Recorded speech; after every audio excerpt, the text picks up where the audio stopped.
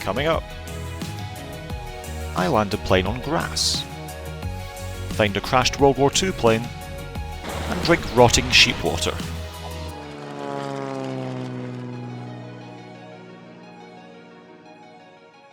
Hello, welcome back to Alba skies. So we're in the cruise from Prestwick to Isle of Mull, Glenforsa airfield to be specific. Northland wreckage climbing 4,000 feet. And the plan is that I'm going to be camping solo for my first time ever. I've done quite a bit of camping, but never by myself. So we're at 5,000 feet just now, and we're just underneath the airway, Lima 602. We're about halfway there. We've got a ground speed of 131 knots, helped along by a nice little tailwind.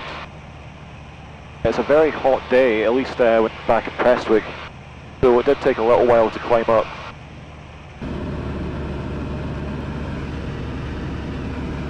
A curved approach is required at Glenforsa due to terrain to the west. In addition, there's a crossing from the south, so it makes for quite a dynamic approach.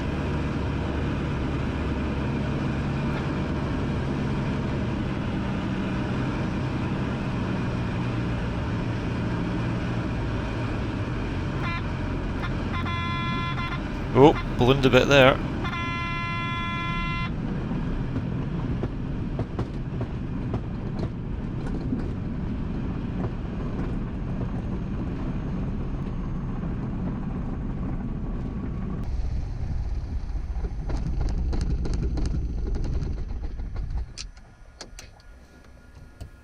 After shutting down, I have a brief moment to take in my surroundings. Glenforsa truly is a beautiful airfield.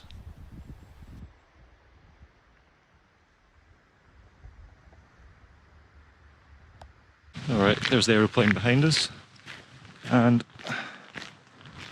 we're just going to leave the airfield now, up to the hills. So this is it, on my own now, and speaking to the chap who owns and runs the airfield, really nice chap. He's a steerman, which must mean he's a good person. He's told me that there's a nice track I can go up. At the end of it I'll find a propeller, and if I follow the stream, the burn coming off of that, or leading down to it, I will find the remains of a DC-3, which that propeller belongs to. So that slightly changed my plans where I'm going to go, but I think it's worth it if I can see a DC-3.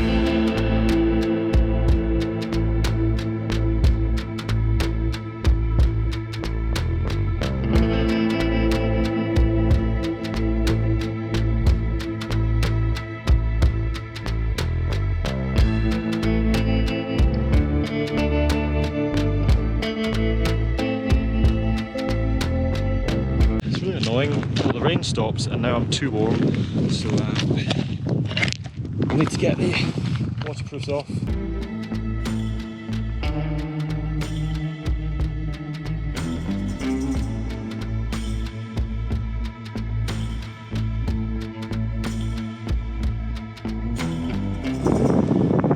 What we have ahead of us here is some Highland cows with horns, and they're right in the middle of the road.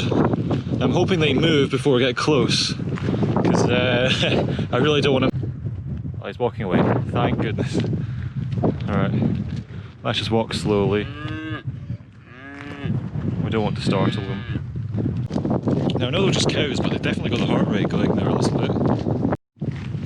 It is always weird walking by yourself. You find you're with no one to speak to, your mind just wanders off in the most arbitrary directions. Then every now and again you bring it back into focus and look at your direction, where you are, if you're keeping on track.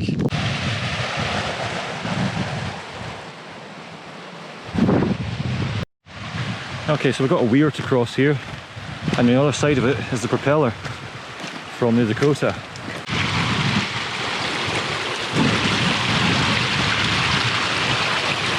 This is the burn that we follow up to there, where the Dakota is. So here we have the propeller of the crashed Dakota. It is weird to think that just over 2 hours, maybe 3 ago, I was flying over here, about 5,000 feet.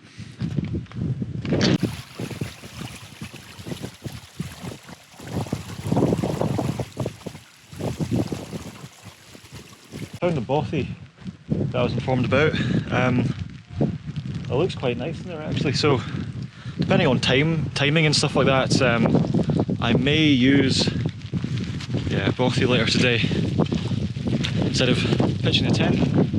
A little bit of rain coming in now, so we'll see how it goes. So it is getting into the category of what I would call wet. My hair is going to be sodden through in a minute or so. The rain is making the insect repellent I put on my head drip into my eyes, so I might actually try and wash my face in this water here. Ow.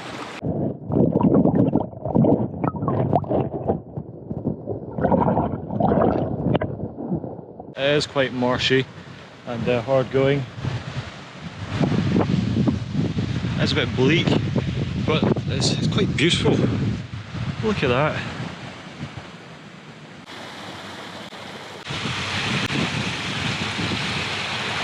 Oh, that's lovely. Remember I filmed a bottle up earlier, and it looked clean enough that I filled it up without putting a purification tablet in it. Well, I just stumbled across this.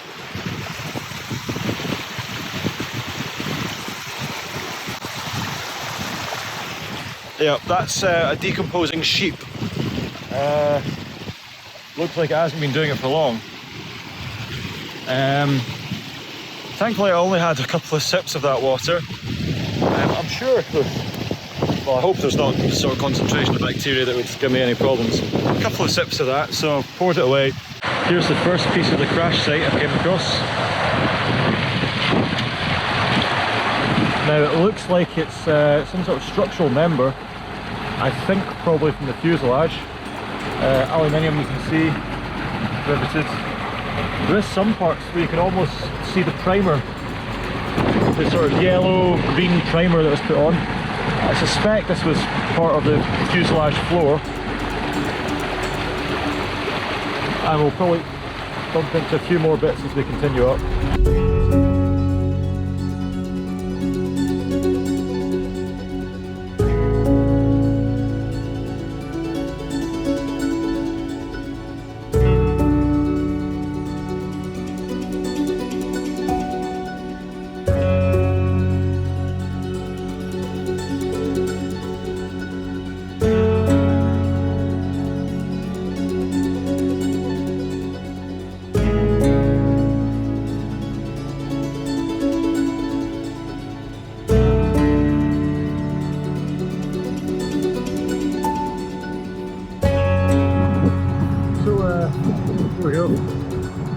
I've seen a few pieces now. I'm still continuing up to see if I can see the engines and any larger pieces.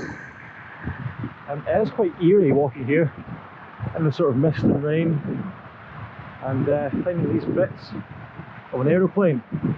It seems like a bit of a juxtaposition to me. Normally I don't see bits of aircraft when I'm up in the hills. We're at that point now where my feet are quite wet and it'd be unwise to keep walking on them like this. So I'm going to switch over with some dry socks with the waterproof outers. Make sure that I don't mangle my feet up. Been up here longer than I thought I would be. Time is now about 7 o'clock. I've said to myself that by 7:45, latest, in fact, let's say 7:30, I want to be heading down. That'll give me 2 hours before sunset to get to the bothy and make sure everything's okay there, or pitch my tent up nearby.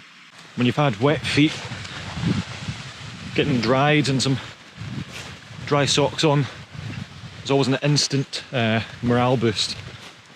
So here we go, we're going to go over to this last bit here, see if we can see the engines. If not, about turn back to the bothy, and plenty of time for sundown. Wouldn't like to be up here after dark. As the demolition charge went off, obviously the bulk of the aircraft landed here, but parts spread all the way down that burn, almost as far as we can see. I've been walking past, seeing little parts. Must have been quite violent.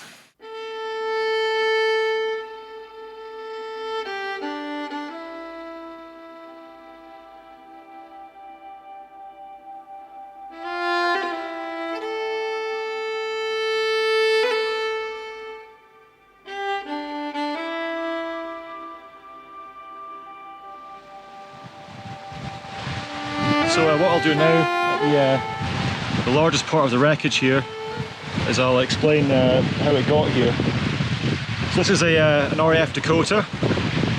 It's a Mark IV Dakota, and its tail number was Kilo 194. And this was on a ferry flight from Montreal.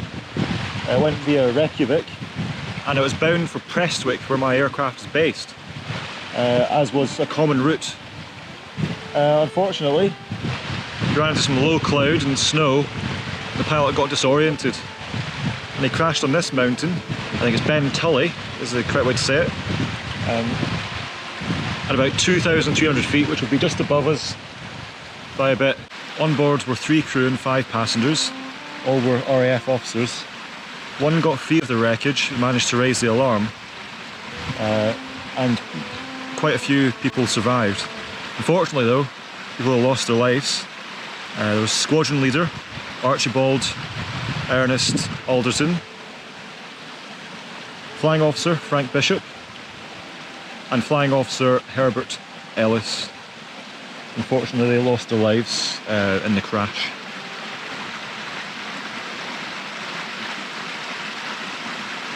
So it's what we would call a CFIT, a controlled flight into terrain, which were quite common at the time.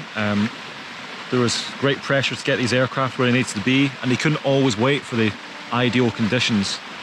And weather forecasting wasn't as good. So quite often they ran into difficulty, especially around the high ground in Scotland.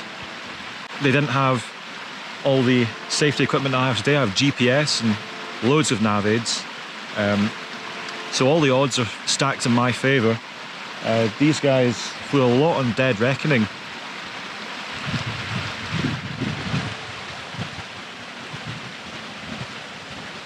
Quite a poignant moment.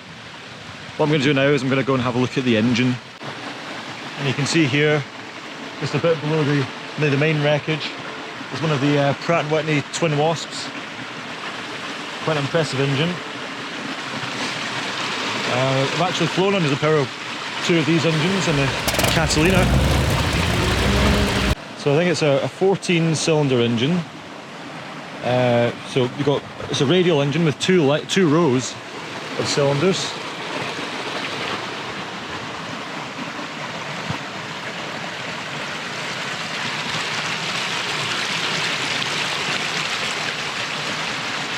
So I found all this just in the nick of time. That's now 7:30, which is the time I said I would be heading down to get myself settled for the night. Also, only bit of litter I've seen on the whole trip, so I think I can do my part and take this down. I have been really tempted. There's been a couple of small bits of the wreckage, and I have to admit I was very tempted to take one, but decided that it's always best to leave it here so that someone else can come here and appreciate what happened here. And I don't want to be flying home in my plane with part of an aircraft that had a crash.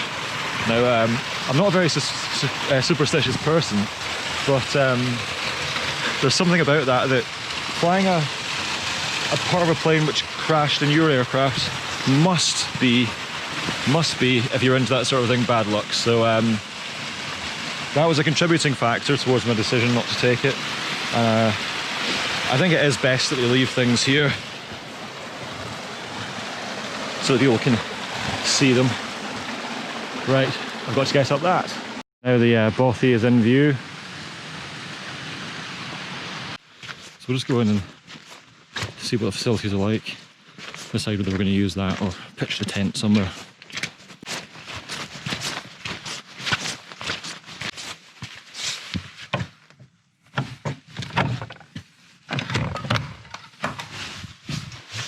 Quite dark in here, of course.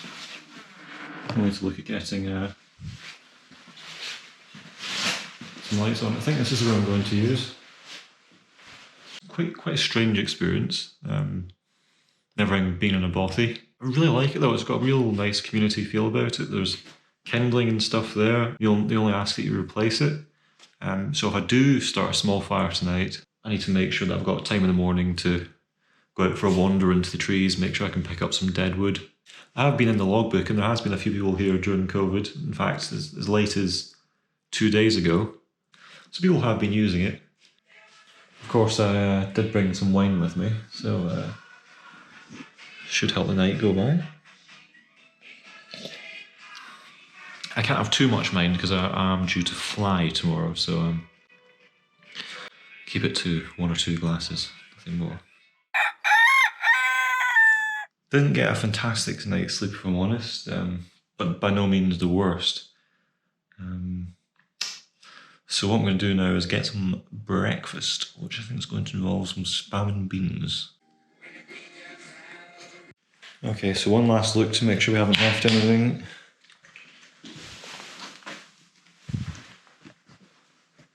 Yeah.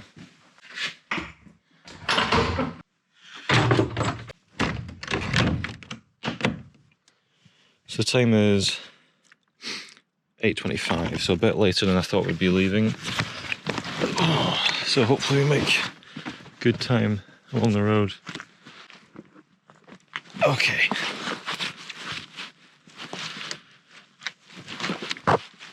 Let's get back to Prestwick. You can see it's a bit nicer today.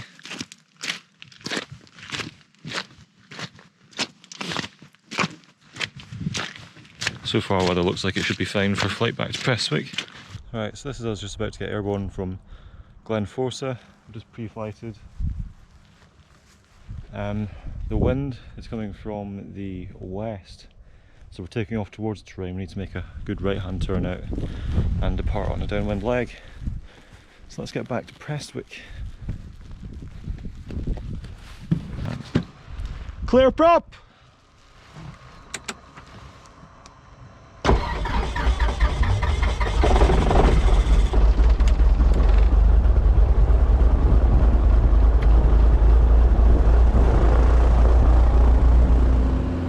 After starting the engine, it's time to say farewell to Glenforsa.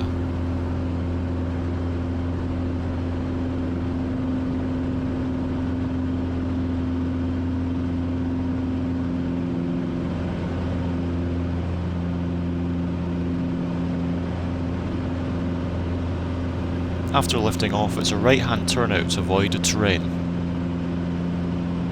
Thank you for watching. Please subscribe, like and comment.